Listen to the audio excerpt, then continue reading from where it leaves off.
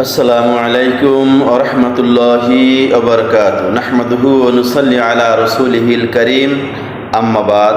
দেশ এবং প্রবাস থেকে যে যেখান থেকে পবিত্র কোরআনুল কারীমের সংক্ষিপ্ত আলোচনা শ্রবণ করতেছেন সকলকে উদাত্ত আহ্বান করব, আপনারা সকলে আমলের নিয়াতে শ্রবণ করবেন ইনশাআল্লাহ।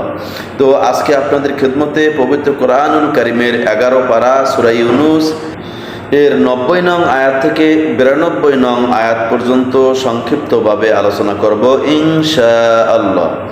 আল্লাহ সুবহানাহু ওয়া তাআলা অত্র আয়াত তিনটির মধ্যে ফিরআউনের সেনাবাহিনী সহ তাদেরকে যে নীল নদের মধ্যে নিমজ্জিত করেছিলেন এবং মুসা আলাইহি ওয়াসাল্লামের অনুসারী অর্থাৎ বনি ইসরায়েলদের 6 লক্ষ লোকদেরকে আল্লাহ নীল নদের মধ্যে রাস্তা তৈরি করে তাদেরকে পার করে দিয়েছিলেন। আল্লাহ সুবহানাহু ওয়া তাআলা অত্র আয়াতগুলির মধ্যে সেই বিষয়টি উল্লেখ করেছেন।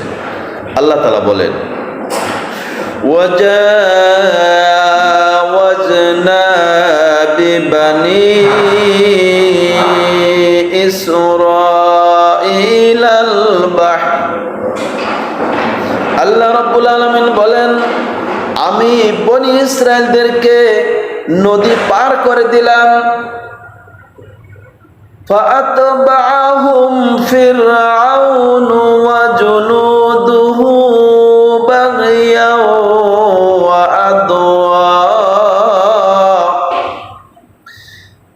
ফিরআউন এবং তার সেনাবাহিনী সহ তারা তাদের পশ্চাৎ অনুসরণ করলো, অর্থাৎ পিছনে পিছনে দাও করলো তাদেরকে হত্যা করার উদ্দেশ্যে। হাত্তা ইজা আদরাকাহুল গারাক। অতঃপর যখন ফিরআউন পানির মধ্যে নিমজ্জিত হইতেছিলেন, ক্বালা আমানতু আন্নাহু লা ইলাহা ইল্লাল্লাযী আমানাত বিহি বানু ইসরাঈল। ফিরআউন তখন বলল, বনি ইসরাইলের লোকেরা যার প্রতি ঈমান আনয়ন করেছে আমিও তার প্রতি ঈমান আনয়ন করলাম, তিনি ছাড়া আর কোনো উপাস্য নাই।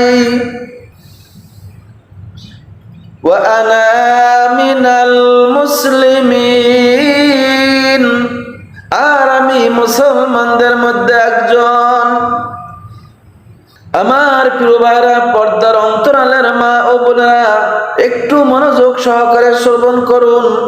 দেখুন, যখন ফিরআউন নিমজ্জিত হইতেছিল তখন সে আল্লাহ রাব্বুল আলামিনের প্রতি সরাসরি ঈমান আনয়ন করেনি।